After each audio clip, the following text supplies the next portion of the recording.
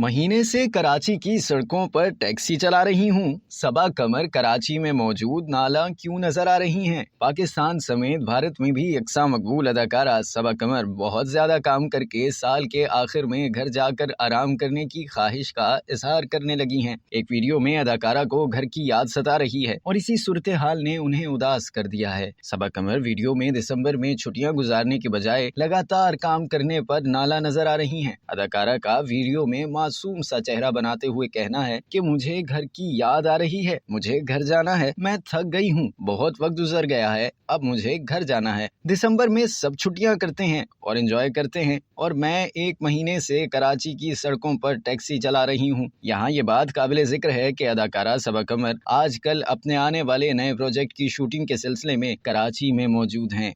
अब तक के लिए इतना ही। मज़ीद जानने के लिए सब्सक्राइब कीजिए डेली जंग यूट्यूब चैनल और लाइक कीजिए डेली जंग फेसबुक पेज।